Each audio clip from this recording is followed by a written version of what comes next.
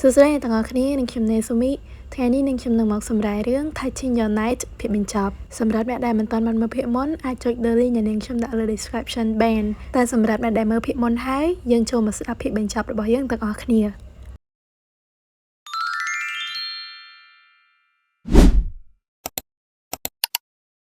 ជីណាត់ស៊ឺបានចូលនៅវិមុខខាស៊ូមីដោយស្ងាត់រួចលូកដៃទៅចាប់ដៃខាស៊ូមីឡើងជាប់ខាស៊ូមីភ្ញាក់ផ្អើលហើយនិយាយថាមានរឿងអ្វីកើតឡើងចុះការងាររបស់ជីណាត់ស៊ឺសានវិញជីណាត់ស៊ឺបាននិយាយសុំតទៅកាន់ខាស៊ូមីដែលគាត់មកទាំងយប់បែបនេះខាស៊ូមីសង្កេតដឹងថាជីណាត់ស៊ឺកំពុងញ័រគាត់បានស្ទុះទៅអបជីណាត់ស៊ឺជាប់ដោយប្រាប់ឲ្យជីណាត់ស៊ឺចូលមកក្នុងសិនមកគាត់ហាត់ដឹងក្លិនថាគ្មានក្លិនឈាមជាប់នៅខ្លួនជីណាត់ស៊ឺ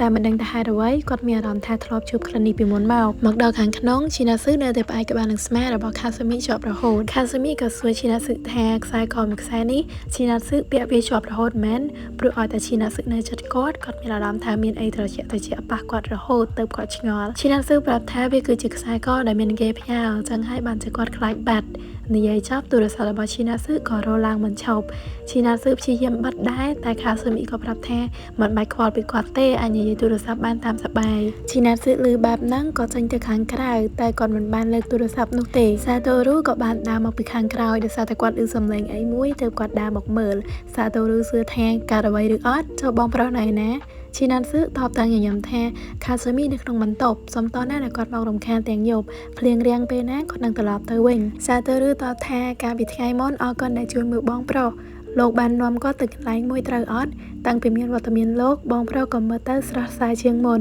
ព្រោះសម្រាប់បងប្រុសផ្ទះមួយនេះដូចជារស់នៅដោយមិនមានក្តីសុខសោះជីណាត់ស៊ឺឮបែបហ្នឹងក៏សួរថាហេតុអ្វីបានជាខាស៊ូមីសានមកគេងនៅបន្ទប់ទូចដែលដាច់ដោយឡែកពីផ្ទះធំបែបនេះអញ្ចឹងសាតូរូតបថាដោយសារតែម៉ាក់របស់គាត់ខ្វល់ពីខ្សែភ្នែករបស់មនុស្សគ្រប់គ្នាដោយសារតែខាស៊ូមីមើលមិនឃើញតែដែលមិនគួរយកសេរីភាពរបស់បងប្រុសទៅដោយគ្រាន់តែរឿងបែបហ្នឹងតែបងប្រុសបើជានៅតែធ្វើខ្លួនសប្បាយរីករាយដូចធម្មតាលោកឈ្មោះជីណាត់ស៊ឺមែនទេពិតជាអរគុណខ្លាំងមែនតើជីណាត់ស៊ឺក៏ដឹងថាសាតូរូបារម្ភពីបងប្រុសខ្លួនឯងដូចគ្នា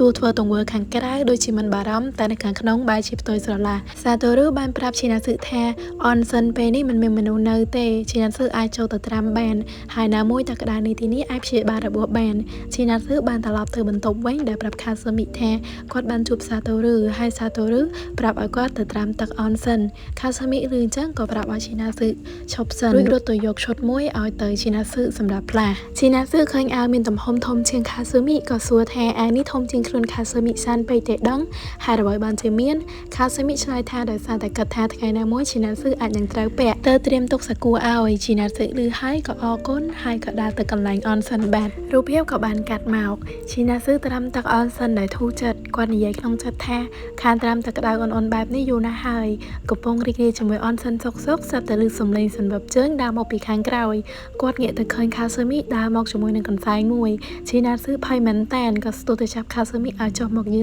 តព្រោះគាត់ខ្លាចខាស៊ូមីរអិលដួលចុះមកដល់ខាងក្នុងទឹកជីណាត់ស៊ឺសួរថាខាស៊ូមីមកបានដោយរបៀបម៉េចខាស៊ូមីប្រាប់ថាគាត់ឲ្យគេជូនមកដំបងមកខ្លួនឯងតែខានមកអនសិនយូរក៏វង្វេងផ្លូវហើយត្រូវពឹងអ្នកមីងមេផ្ទះឲ្យជូនមកដដែលខាស៊ូមីនឹងនិយាយទៀតថាគាត់ឮគេនិយាយថាបើត្រាំទឹកជាមួយគ្នាអាចនឹងធ្វើឲ្យយើងស្និទ្ធស្នាលជាមួយគ្នាខ្លាំងជាងមុន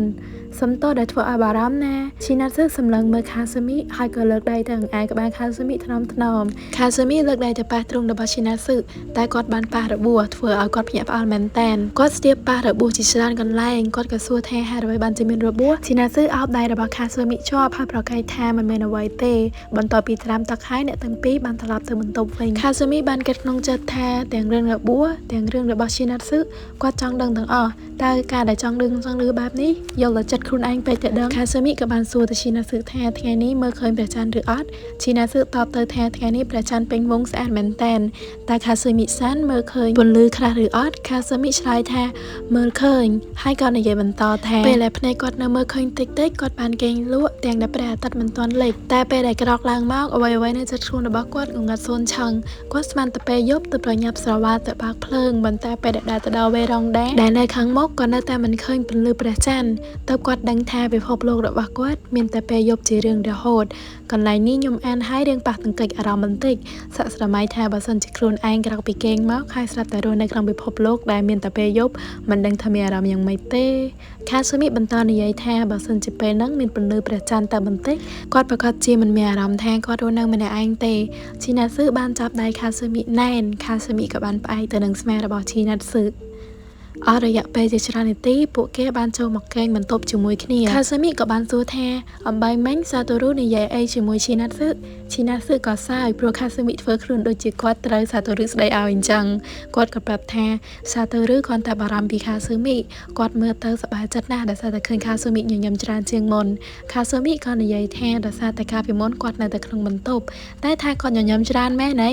ខាស៊ូមីប្រាប់ថាគាត់បែបហ្នឹងក៏ពុតតែជីណាស៊ឺដែរហើយក៏សួរទៀតថាជីណាស៊ឺមានបងប្អូនដែរឬអត់ជីណាស៊ឺថាមានបងប្រុសម្នាក់ខាស៊ូមីក៏និយាយថាអញ្ចឹងមានន័យថាជីណាស៊ឺសានគឺជាកូនបើហើយអញ្ចឹងចង់ឃើញដល់ហើយថាបងប្រុសរបស់ជីណាស៊ឺជាមនុស្សបែបណាជីណាស៊ឺក៏តបទៅវិញយឺតថាបងប្រុសរបស់គាត់ស្លាប់បាត់ទៅហើយខាស៊ូមីឮហើយភ្ញាក់ផ្អើលមែនតែនក៏និយាយសុំទោសហើយសួរថាតើបងប្រុសរបស់ជីណាស៊ឺជាមនុស្សបែបណាទៅជីណាស៊ឺក៏បានតបថាខ្ញុំក៏ថាគាត់គឺជាមនុស្សទន់ភ្លន់ខាស៊ូមីក៏សួរថាតើបងប្រុសរបស់ជីណាស៊ឺស្លាប់នៅអាយុប៉ុន្មានជីណាស៊ឺក្រោកឡើងហើយចាប់ដៃរបស់ខាស៊ូមីជាប់ដោយនិយាយថាបងប្រុសរបស់ខ្ញុំស្លាប់កាលពី5ឆ្នាំមុនគាត់មានអាយុ18ឆ្នាំហើយរឿងនេះក៏ជាកំហុសរបស់ខ្ញុំថ្ងៃហ្នឹងដោយដៃទាំងគូនេះខ្ញុំគឺជាអ្នកចាត់ការបងប្រុសរបស់ខ្ញុំដោយផ្ទាល់ជីណាស៊ឺសម្លឹងទៅខាស៊ូមីដោយនិយាយក្នុងចិត្តថាខាស៊ូមីសាន់ជួយបដិសេធខ្ញុំភ្លាមទៅមនុស្សដូចជាឯងគ្មានសិទ្ធិរស់នៅដែលស្នាមញញឹមទេជួយនិយាយពាក្យនេះមកកាន់ខ្ញុំភ្លាមបើសិនជានិយាយពាក្យនេះមកកាន់ខ្ញុំនឹងជីណាស៊ឺបានគាំងនៅមួយកន្លែងព្រោះខាស៊ូមីបានអោបដៃរបស់គាត់ជាប់ហើយនិយាយថាជីណាស៊ឺទោះជាមុខមាត់បែបម៉េចនិយាយកុហកឬប៉ិតខ្ញុំមិនដឹងអ្វីទាំងអស់ជីណាស៊ឺក៏និយាយកាត់ថាទាំងដែលខ្លួនមិនដឹងអ្វីទាំងអស់តែខាស៊ូមីបែរជាមិនខ្លាចខ្ញុំអញ្ចឹងឬខាស៊ូមីលើកដៃទៅស្ទាបមុខរបស់ជីណាស៊ឺហើយនិយាយថាក៏អាចនឹងខ្លាចខ្លះដែរតែជីណាស៊ឺសានទន់ភ្លន់ប៉ុណ្ណាខ្ញុំដឹងច្បាស់ហើយប្រកាសជាមនុស្សបែបនេះតាំងពីដើមមកហើយជីណាស៊ឺសម្លឹងមើលខាស៊ូមីហើយនិយាយថាខ្ញុំមិនមែនជាមនុស្សដែលមានរស្មីដូចខាស៊ូមីគិតទេហើយថែមទាំងមិនដឹងទៀតថានឹងធ្វើបាបខាស៊ូមីសាននៅពេលណាខាស៊ូមីក៏តបថាទោះបីជាបែបហ្នឹងខ្ញុំក៏នៅតែចង់ស្គាល់ជីណាស៊ឺសានដដែលព្រោះមានតែជីណាស៊ឺសានដែលនៅក្បែរខ្ញុំទើបខ្ញុំអាចដើរបានហើយនៅអាចជួបអ្វីៗជាច្រើនដែលខ្ញុំមិនអាចមើលឃើញទៀតផងនេះគឺជាភាពអាត្មានិយមរបស់ខ្ញុំខ្លួនឯងទឹកភ្នែកមួយដំណក់ក៏ស្រក់ទៅលើមុខខាស៊ូមីត្រូវហើយជីណាស៊ឺកំពុងយំទាំងនិយាយក្នុងចិត្តថាទាំងដែលគិតរួចហើយថាមិនចង់ទាញអូនមករញ៉េរញ៉ៃទាំងដែលគិតរួចហើយថាមិនគួរជួបអូនតាំងពីដំបូងរាល់កសែភ្នែកដែលអូនសម្លឹងមកបងវាពិតជាមានន័យបំផុតបើសិនជាយប់នេះមានតែយើងពីរនាក់តើវាល្អយ៉ាងណាទៅកាត់រួចហើយជីណាស៊ឺក៏អោនទៅថោកខាស៊ូមីទាំងទឹកភ្នែកព្រឹកថ្មីជីណាស៊ឺបានក្រោកឡើងហើយអង្គុយនឹងឯក្បាលខាស៊ូមីហើយនិយាយក្នុងចិត្តថាគាត់ត្រូវទៅចាត់ការរឿងរបស់គាត់ឲ្យហើយសិនដើម្បីបាននៅក្បែរខាស៊ូមីបើកភ្នែកតិចសម្លឹងទៅមើលជីណាស៊ឺគាត់ញញឹមហើយក៏គេងទៅវិញជីណាស៊ឺបានដោះខ្សែករបស់ខ្លួនដាក់នៅចិត្តខាស៊ូមីហើយនិយាយថាគាត់នឹងត្រឡប់មកវិញចាំសិនណាខាស៊ូមីកណ្ដងទៅជាច្រើននាទីខាស៊ូមីបានក្រោកមកដោយគ្មានវត្តមានរបស់ជីណាស៊ឺនៅចិត្តខាស៊ូមីបានចេញទៅមើលខាងក្រៅឃើញថាមេឃភ្លៀងរាំងហើយដែរចឹងមានន័យថាជីណាស៊ឺក៏ត្រឡប់ទៅវិញបាត់ហើយចូលមកក្នុងបន្ទប់វិញខាស៊ូមីប្រៀបដូចជាមនុស្សគ្មានអារម្មណ៍អញ្ចឹងគាត់ធ្វើសិភៅធ្លាក់ចំក្បាលផងហើយនៅដើរតាក់ជើងនឹងតុទៀតផងតាមធម្មតាពេលជីណាស៊ឺនៅគាត់មិនដែរបែបហ្នឹងផងឲ្យបែបហ្នឹងមិនកាត់កូនបើបងជីណាស៊ឺតាមជួយស្ងាត់រហូតដៃរបស់ខាស៊ូមីក៏ទៅប៉ះនឹងខ្សែករបស់ជីណាស៊ឺធ្វើឲ្យគាត់ភ្ញាក់ខ្លួនថាហេតុអ្វីបានជាវាមកនៅត្រង់នេះរបស់សំខាន់បែបនេះគួរតែនៅជាប់នឹងខ្លួនខាស៊ូមីបានអោបខ្សែកនោះជាប់នៅនឹងទ្រូងគាត់កំពុងគិតពីរឿងម្សិលមិញជីណាស៊ឺកំពុងយំគាត់កំពុងវេទនាចិត្តបែបហ្នឹងហើយហេតុអ្វីបានជាយើងនៅរីករាយបានហើយបានតែរងចាំផ្លូវជីណាស៊ឺមករហូតតែនៅទីបញ្ចប់យើងគឺជាអ្នកដែលត្រូវដើរទៅខ្លួនឯងសោះខាស៊ូមីបានទាញឈើច្រត់របស់ខ្លួនរួចយកសម្ដៅទៅខាងក្រៅប៉ុន្តែគាត់ត្រូវទៅណាគួរសួរអ្នកណាភិនភាគរបស់ជីណាស៊ឺបែបម៉េចគាត់មិនដឹងទេធ្វើយ៉ាងម៉េចទៅ សំឡេងក្រាស់មួយក៏បានបន្លឺឡើងពីក្រៅខ្នងខាស៊ូមីសានខាស៊ូមីឮហើយមានអារម្មណ៍ថាសំឡេងស្រដៀងឈីណាត់ស៊ឺប៉ុន្តែមិនមែនទេបរិមម្នាក់នោះក៏និយាយថា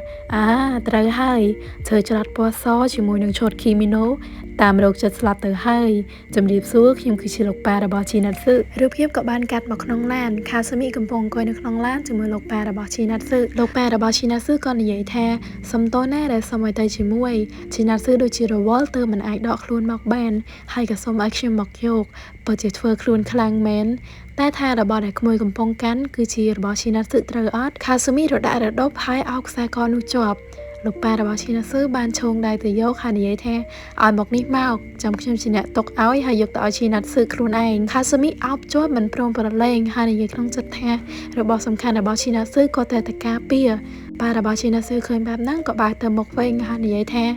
មិនគិតថាឈីណាត់ស៊ឺក៏នៅតែຕົកវាទៀនវាជារបស់បងប្រុសរបស់ឈីណាត់ស៊ឺបានស្ដាប់រឿងរ៉ាវហើយឬនៅខាស៊ូមីប្រាប់ថានៅទេលោកប៉ារបស់ឈីណាស៊ឺនៅនិយាយបន្តថាមានអារម្មណ៍ថាឈីណាស៊ឺធ្លាប់ពាក់វា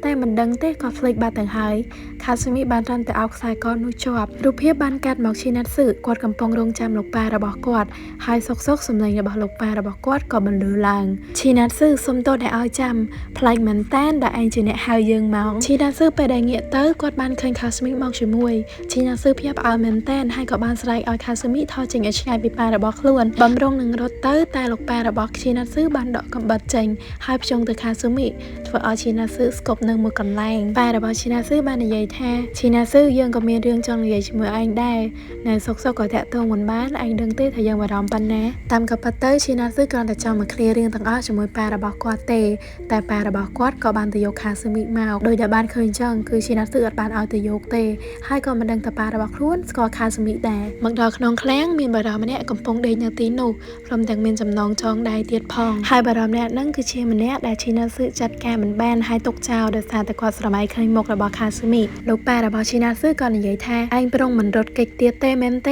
េស្ដាប់ណាហើយគិតឲ្យច្បាស់ឯងត្រូវចាត់ការអាម្នាក់នេះឲ្យបានហើយយើងនឹងប្រឡែងក្មេងម្នាក់នេះទៅតែបើនិយាយថាខ្លួនធ្វើមិនបានទាំងក្មេងម្នាក់នេះហើយនឹងអាម្នាក់ហ្នឹងយើងនឹងចាត់ការដោយខ្លួនឯងខាស៊ូមីឮបែបហ្នឹងភ័យខ្លាំងមែនតែនហើយឈីណាត់ស៊ឺវិញបានត្រឹមតែក្តាប់ដៃជាប់គាត់និយាយក្នុងចិត្តថាប្រងយកខាស៊ូមីមកគំរាមគាត់ដើម្បីឲ្យគាត់ចាត់ការមនុស្សអញ្ចឹងឬហើយបន្ទាប់ពីនេះតើគាត់នៅអាចប្រើដៃដែលប្រឡាក់របស់គាត់ទៅប៉ាខាស៊ូមីបានទៀតឬឈីណាត់ស៊ឺស្រែកខ្លាំងទៅកាន់ប៉ារបស់គាត់ថាខ្ញុំនឹងមិនស្ដាប់បញ្ជារបស់លោកប៉ាទៀតទេដៃទាំងគូនេះខ្ញុំនឹងប្រើសម្រាប់ការពារខាស៊ូមីលោកប៉ារបស់ឈីណាត់ស៊ឺក៏បានតបទៅវិញថាដោយដៃដែលប្រើបានតែវាយនឹងដាល់ថែមទាំងមនុស្សម្នាក់ក៏ចាត់ការមិនបានព្រោះតែបែបហ្នឹងទៅហ្វូយូគីការពារឯងរហូតដល់ស្លាប់ចង់ឲ្យក្មេងម្នាក់នេះជួបរឿងចឹងដែរមែនគាត់ចង់មានន័យថាឈីណាត់ស៊ឺចង់ឲ្យខាស៊ូមីការពារគាត់ដូចហ្វូយូគីដែរមែនឈីណាត់ស៊ឺឈរទាំងអារម្មណ៍តាតោច្របូកច្របល់មិនមែនចឹងទេមិនមែនចឹងឬការប៉ັດដែលឯងចូលទៅចិត្តក្មេងម្នាក់នេះមិនមែនព្រោះតែពេលហ្នឹងត្រូវក្មេងម្នាក់នេះឃើញហើយព្យាយាមរកឱកាសចូលទៅចិត្តដល់ថ្នាក់ចូលទៅដល់ក្នុងផ្ទះរបស់គេដើម្បីចាត់ការទេឬតែមើលទៅឯងដូចជាមានចិត្តលើគេបាត់ទៅហើយវាគឺជាចំណុចខ្សោយរបស់ឯងចំណុចខ្សោយដែលនឹងធ្វើឲ្យក្មេងម្នាក់នេះមិនខានខាស៊ូមីស្ដាប់ឮគ្រប់យ៉ាងហើយបានត្រឹមតែបិទភ្នែកហើយនិយាយក្នុងចិត្តថាគាត់អាចដឹងបានខ្លះឈីណាត់ស៊ឺចូលមករកគាត់ប្រកាសជាមានហេតុផលអ្វីមួយយ៉ាងស្រមោលតូចៗនៅកន្លែងងងឹតក្លិនឈាមតែប៊ីតែធ្វើឲ្យគាត់នឹងឆ្លក់ទាំងដៃទាំងសំឡេងដែលញ័រទាំងអស់នោះគឺជាឈីណាត់ស៊ឺសាន់តែទោះបីជាបែបហ្នឹងក៏ដោយកាត់ចប់ខាស៊ូមីបានបោកខ្សែកទៅឲ្យឈីណាត់ស៊ឺហើយនិយាយថាឈីណាត់ស៊ឺសាន់ខ្ញុំមានជីវិតរស់នៅបែបនេះក៏ព្រោះតែឈីណាត់ស៊ឺខ្ញុំរីករាយនឹងអ្វីដែលឈីណាត់ស៊ឺផ្ដល់ឲ្យបងប្រុសរបស់ឈីណាត់ស៊ឺក៏ជាគិតបែបហ្នឹងដែរឈីណាត់ស៊ឺមិនបានខុសទេរវល់ខុសរឿងប៉ារបស់ឈីណាត់ស៊ឺបានចាប់សក់របស់ខាស៊ូមីជាប់ហើយយកកំបិតបំរុងនឹងប៉ះមុខរបស់ខាស៊ូមីហើយតែឈីណាត់ស៊ឺក៏ស្ទុះមកចាប់ដៃរបស់គាត់ជាប់ហើយក៏ដាល់ប៉ារបស់ខ្លួនឯងដែលនិយាយក្នុងចិត្តថាខាស៊ូមីចាំបន្តិចតែបន្តិចទេសុំកុំមើលមកខាងនេះអីខាស៊ូមីសាននិយាយខុសហើយនៅក្នុងពិភពលោកដែលធ្វើឲ្យខ្ញុំមិនចង់ដឹងមិនចង់ឮមិនចង់ឃើញអ្វីទាំងអស់នេះខាស៊ូមីសានទៅវិញទេជាអ្នកផ្ដល់អ្វីគ្រប់យ៉ាងមកឲ្យខ្ញុំឈីណាត់ស៊ឺបន្តវេគាត់រហូតមិនឈប់គាត់ក៏បានស្រែកថាយើងយកចិត្តទុកដាក់លើឯងកន្លងមកហើយចិញ្ចឹមឯងកន្លងមកច្រើនណាស់ស្ងាត់មកទៅពួកយើងមិនមែនជាឧបករណ៍របស់លោកទេប៉ារបស់ឈីណាត់ស៊ឺភ្ញាក់ផ្អើលនឹងសម្ដីរបស់ឈីណាត់ស៊ឺហើយឈីណាត់ស៊ឺបានអៀវខាស៊ូមីឡើងហើយក៏ដើរចេញទៅដោយនិយាយក្នុងចិត្តថាខាស៊ូមីពួកយើងខ្លាចជាគ្រួសារនឹងគ្នាល្អទេ ដំបងលោកប៉ាប្រកាសជាកាត់ដូចគ្នាសោកចិត្តប្រឡាក់ដៃដើម្បីមនុស្សដែលខ្លួនស្រឡាញ់តែមិនដឹងតាំងពីពេលណាក៏មិនដឹងបែរជាមកធ្វើបាបរបស់ដែលខ្លួនស្រឡាញ់ទៅវិញបើសិនជាមិនបានជួបខាស៊ូមីទេបងប្រកាសជាដើរផ្លូវដូចប៉ាដែរហើយស្នាមញញឹមរបស់អូនទុកឲ្យបងជាអ្នកការពារលោកប៉ារបស់ឈីណាស៊ឺបានត្រឹមតែលុតចង្គង់ចុះហើយនិយាយថាឈីណាស៊ឺយើងមានតែឯងម្នាក់ទេកុំទៅអីប៉ុន្តែឈីណាស៊ឺនៅតែបន្តដើរទៅមុខមិនងាកក្រោយឈីណាស៊ឺបាននាំខាស៊ូមីមកកន្លែងមួយហើយដាក់ឲ្យខាស៊ូមីអង្គុយដោយនិយាយថាសំណាងហើយដែលមិនមានរបួសខាស៊ូមីក៏បានសុំទោសធ្វើឲ្យឈីណាស៊ឺតបទៅយ៉ាងលឿនថាខាស៊ូមីមិនបានខុសអ្វីទេតែខាស៊ូមីក៏និយាយកាត់ថាទាំងអ្នកឈីណាស៊ឺប្រាប់ថាឲ្យប្រយ័ត្នខ្លួនតែខ្ញុំអាចជាឡើងឡានជាមួយនរណាក៏មិនដឹងដោយមិនកាត់មុខកាត់ក្រោយធ្វើឲ្យឈីណាស៊ឺជួបរឿងលំបាកឈីណាស៊ឺសម្លឹងមើលទៅខាស៊ូមីដែលនិយាយថាគាត់ទៅវិញទេដែលត្រូវនិយាយសុំទោសទៅកាន់ខាស៊ូមីក៏បានសួរទៅកាន់ឈីណាស៊ឺថាឈីណាស៊ឺប្រាប់ខ្ញុំបានអត់ថាក្មេងប្រុសម្នាក់ហ្នឹងគឺជាឈីណាស៊ឺពិតមែនឈីណាស៊ឺក៏ងក់ក្បាលហើយនិយាយថាត្រូវហើយគ្រប់យ៉ាងដែលប្រុសប៉ានិយាយគឺជារឿងប៉ានៅថ្ងៃហ្នឹងមនុស្សដែលបង្ហាញខ្លួនពេលដែលខ្ញុំកំរើកមិនបានគឺជាខាស៊ូមីមនុស្សដែលមានកៅភ្នែកដូចនៅថ្ងៃនេះកៅភ្នែកដែលមើលទៅដូចមើលទៅដឹងអ្វីគ្រប់យ៉ាងខ្ញុំធ្លាប់ខ្លាចកៅភ្នែកមួយហ្នឹងលោកប៉ាចាត់ការអ្នកម៉ាក់ដែលសារតែអ្នកម៉ាក់ដឹងរឿងគ្រប់យ៉ាងឲ្យនរណាម្នាក់ដឹងមិនបានទេព្រោះបែបហ្នឹងបើសិនជាខាស៊ូមីសាន់ចាំខ្ញុំបានខ្ញុំប្រកាសជាធ្វើរឿងដោយលោកប៉ាដែរហើយតែខាស៊ូមីបើជាប្រាប់មនុស្សដូចជាខ្ញុំថាចង់ខ្លាចជាមិត្តជាមួយទៅវិញពេលដែលមើលទៅខាស៊ូមីដែលរឹងមាំហើយមកពិភពលោកក្នុងផ្លូវល្អរហូតនោះធ្វើឲ្យខ្ញុំគិតថាមនុស្សដូចខ្ញុំអាចនឹងមានផ្លូវធ្វើជាមនុស្សធម្មតាបានខ្ញុំគិតបែបហ្នឹងមករហូតព្រោះតែបែបហ្នឹងទើបកុហកឆ្លៀតឱកាសហើយព្យាយាមនៅក្បែរខាស៊ូមីមករហូតខ្ញុំអាក្រក់ណាស់ត្រូវអត់ទាំងដែលខ្ញុំនិងខាស៊ូមីមិនមានអ្វីដូចគ្នាតតែសោះឈីណាត់ស៊ឺនិយាយហើយក៏បំរុងក្រោកឈរតែខាស៊ូមីក្រសោបមកជាប់ហើយនិយាយថាឈីណាត់ស៊ឺសាននិងខ្ញុំគ្មានអ្វីខុសគ្នាទេទោះបីជាដៃរបស់ឈីណាត់ស៊ឺធំជាងហើយសម្លេងនៅក្រាស់ជាងសូម្បីតែអ្វីខ្ពស់ក៏ឆុងទៅចាប់ដល់តែភាពខុសគ្នាដែលខ្ញុំឃើញគឺមានតែប៉ុណ្្នឹងទេទោះបីជារឿងខកក៏ខ្ញុំសប្បាយចិត្តខ្ញុំនៅតែក្នុងបន្ទប់ម្នាក់ឯងរហូតឈីណាត់ស៊ឺគឺជាអ្នកនាំខ្ញុំចេញមកព្រោះអញ្ចឹងសូមអង្វរជួយនៅកន្លែងណាដែលខ្ញុំអាចលឺបានជួយនៅកន្លែងណាដែលខ្ញុំអាចប៉ះបានជួយកុំទៅណាអីសុំទោសវាគឺជាភាពអាត្មានិយមរបស់ខ្ញុំខាស៊ូមីយំហើយអបឈីណាត់ស៊ឺឡើងជាប់ឈីណាត់ស៊ឺលើកដៃមកអោបខាស៊ូមីវិញទាំងញ៉ាំទៅត្រើតព្រមទាំងនិយាយក្នុងចិត្តថាមិនថាពេលណាក៏បែបនេះដែរអ្នកដែលនៅតែចាំចាប់ដៃអាកំសាកដូចជាគាត់ក៏នៅតែជាខាស៊ូមីរហូតព្រឹកក្មេងឈីណាត់ស៊ឺនិងខាស៊ូមីកំពុងដើរតាមផ្លូវហើយខាស៊ូមីក៏សួរថាលោកប៉ាបានតាក់ទងមកខ្លះអត់តែគាត់យល់ព្រមហើយនៅឈីណាត់ស៊ឺប្រាប់ថានៅទេហើយក៏មិនដឹងដូចគ្នាព្រោះរឿងបែបនេះមិនអាចបដូរងាយបានទ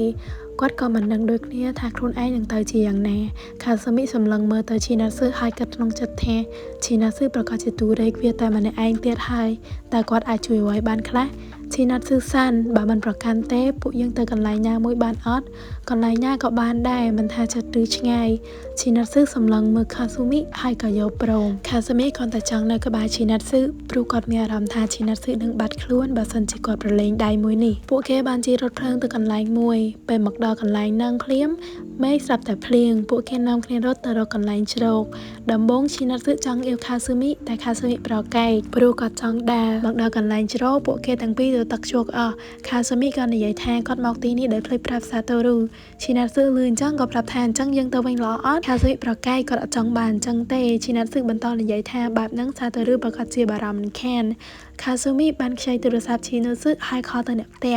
ចូលនិយាយមួយសន្ទុះស្នាមញញឹមក៏លេចឡើងលើមុខខាស៊ូមីរូបភាពក៏បានកាត់មកក្នុងផ្ទះស្នាក់នៅលោកតាម្ចាស់ផ្ទះប្រាប់ថាបន្ទប់ពេញអស់ហើយដោយសារតែមេឃភ្លៀងអញ្ចឹងនៅសល់តែបន្ទប់ទូចបែបនេះទេសង្ឃឹមថាអ្នកទាំងពីរអាចគេងបានហើយគាត់ក៏បានឲ្យអ្នកទាំងពីរខ្ចីខោអាវទៀតផងបន្ទាប់ពីផ្លាខោអាវរួចហើយភ្លាមខាស៊ូមីបានគេងផ្ទាល់ជាមួយនឹងកន្ទេលគាត់ថាកន្ទេលនេះក្លិនចាស់ជាងរបស់នៅផ្ទះគាត់ទៀតភ្លេចខ្លួនតែបន្តិចខាស៊ូមីក៏បានគេងលក់បានឈីណាត់ស៊ឺក៏បានលើកបីខាស៊ូមីឲ្យគេងនៅលើពូត្រូវហើយដោយសារតែរឿងទើបតែចប់ទើបគាត់ភ្លេចថាខាស៊ូមីមិនបានសម្រាកគ្រប់គ្រាន់ទេចឹងតាបានគេងលក់បានប្រហែលជាហត់ណាស់ហើយឈីណាត់ស៊ឺសម្លឹងមើលមុខខាស៊ូមីហើយនិយាយថាគុំតាណាចៅគាត់អីព្រមទាំងអង្អែលក៏បានខាស៊ូមីថ្នមតែពេលចុះមកដល់ត្រឹមកឈីណាត់ស៊ឺស្រាប់តែឃើញរូបភាពដែលគាត់ច្របាច់កបារម្ភអ្នកនោះធ្វើឲ្យគាត់ដកដៃចេញវិញយ៉ាងលឿនទាំងញ័រទៅត្រូវកំពុងតែអង្គុយញ័រសោកខាស៊ូមីបានក្រោកឡើងហើយក៏ទាញដៃឈីណាត់ស៊ឺទៅអោបជាប់ព្រោះគាត់ខ្លាចបាត់ឈីណាត់ស៊ឺព្រឹកថ្មីពួកគេបាននាំគ្នាទៅទិញសម្លៀកបំពាក់ថ្មី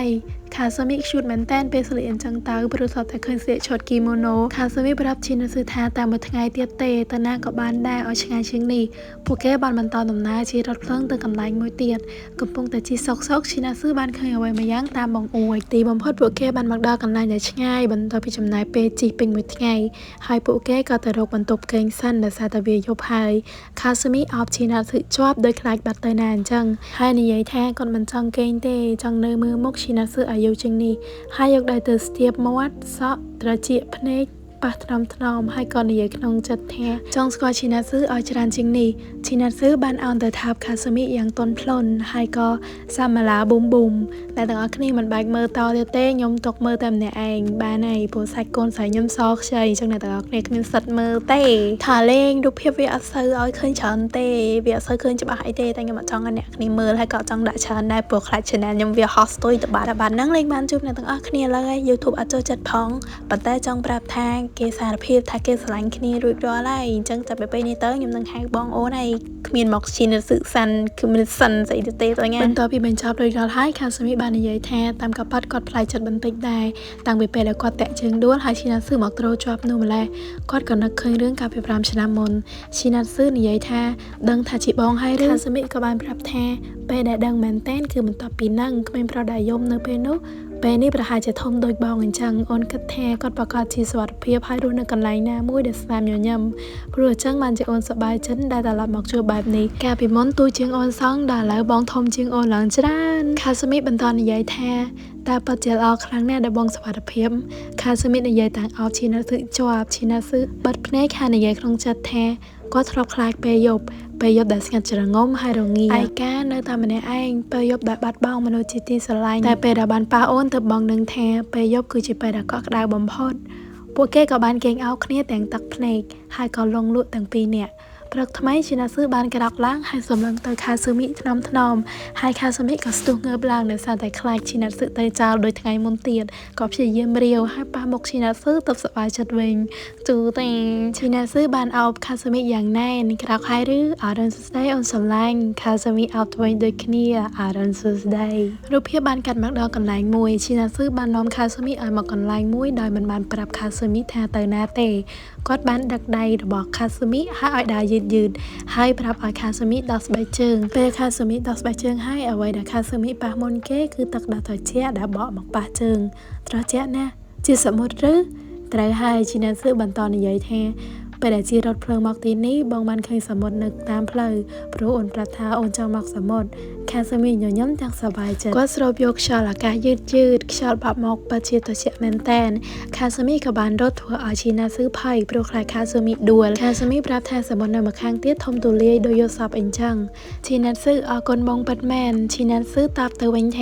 อ้อนปรับบองแทนน้อมโอนจังมาของกระไรคือบองตราอ้อนไปพบโลขังกระไรมีแต่เรื่องในเคยให้จังรถเกิดจรันเชียงไว้ได้โอนกัดบองรู้นะเด็ดเฟอร์มันเคยมากระโหดให้อ้นก็จะฮัดพาไรเฟอร์ไอ้บ้องจังเคยไปพบโลกแบบนังระโหดก็โปรแต่โอ้หนึ่งจังบองเอากนโอนให้ชินาซื้อในใหญ่แต่งเอากบาลคาซึมิจอบคาซึมิก่อนในใหญ่แท้จบไปนี้บ้องเมื่อเคยไปพบโลกแบบนาเตอร์ชินาซื้อตอบแท้ซอสแอดครั้งน่ะคาซึมิเลือกให้สบายจัดหน้าได้หรือแบบนี้กำปองแต่งก้อยซอกแต่ตัดก็จับดามเรียคาซึมิเมื่อเคยสรมาชินาซึสระก็กระสอบหมกระบาชินาซึจอบด้วยโยหมอกเทิมแต่ทับเขาจังทับหมดเก๋แต่บาจิทับฟอเก๋กูนี่ไงชินาซึเมื่อดังให้กระดาบได้ระบาคาซึมิจอบดันในใหญ่แท้บองมันเตยแนวเจ้าโอนเตจะไปเป็นในตาเตยหนึ่งในชิงไม่โอนระโหดแต่ในระบาคาซึมิสัตแต่โหจ่อให้ก่อนในใหญ่แท้แบบนี้อาตมานิยมไปเตดังชินาซึเราไก่แท้อัดนกเตพวกแกนางก้อยจมูกในอย่างอยู่ชินาซึในใหญ่แท้บังกดเคยผู้สักมดวีโจตะครองตักปัดให้คาซึมิก่อนในใหญ่แท้ประหารจิปโปโนเวียแต่โรคสัตว์โดฟินเตดังชินาซึก็กัดบาดนังแดให้ชินาซึก่อนในใหญ่แท้ผู้ยังกูแต่ตลับเตเวงให้บนต่อปีตลับเตเตียเวงชินาซึบ้านรับคาซึมิแท้กดหนังเรือเตียให้จังสมอาคาซึมิแต่ในจมูกกดแดกดหนังสมซาโตรุปีเรื่องนี้ให้บนต่อปีไงนังมาพวกเก้บ้านมักรุนในจมูกนี้ระยะไปมือชนามให้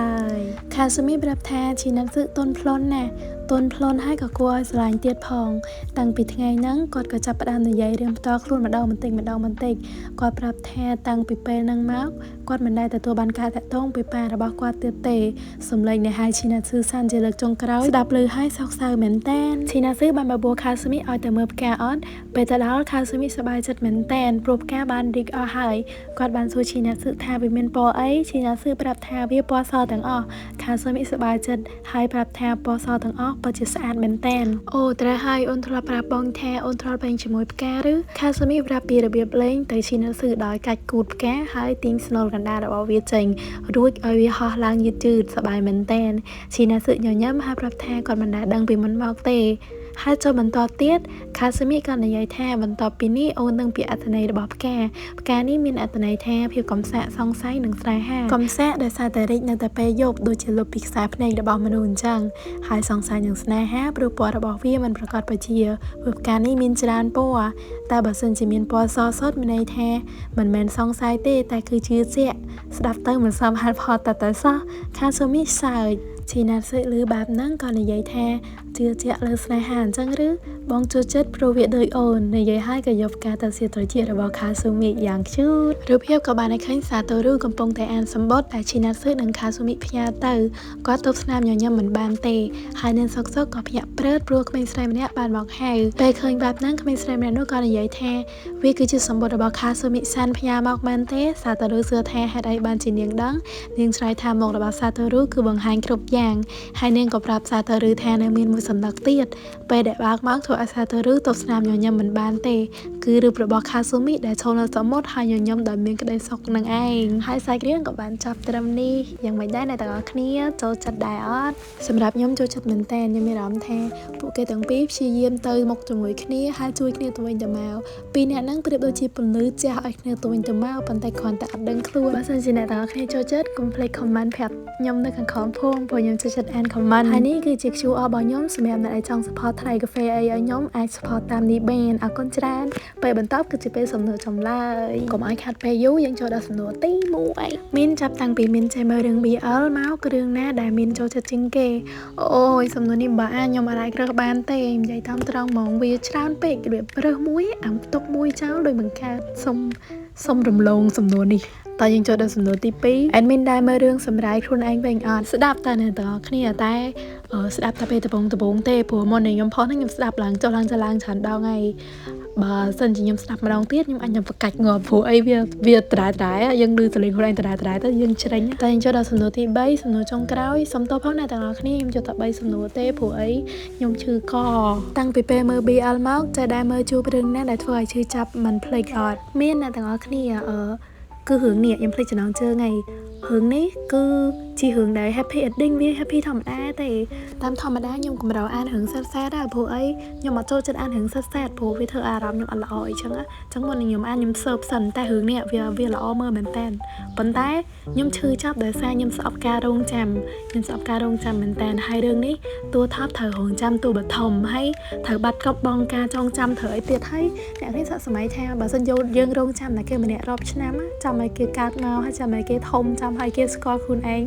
ឈឺចាប់ណាអ្នកនរគ្នាវាមិនឈឺចាប់ដោយសារអីទេវាឈឺចាប់ដោយសារយើងសាក់គិតថាយើងរងចាំគេហើយពេលដែលយើងកំពុងរងចាំគេយើងនឹកគេផងយើងអីផងវាវេទនាមែនតែនចឹងរឿងនេះអ្នកគ្នារងចាំ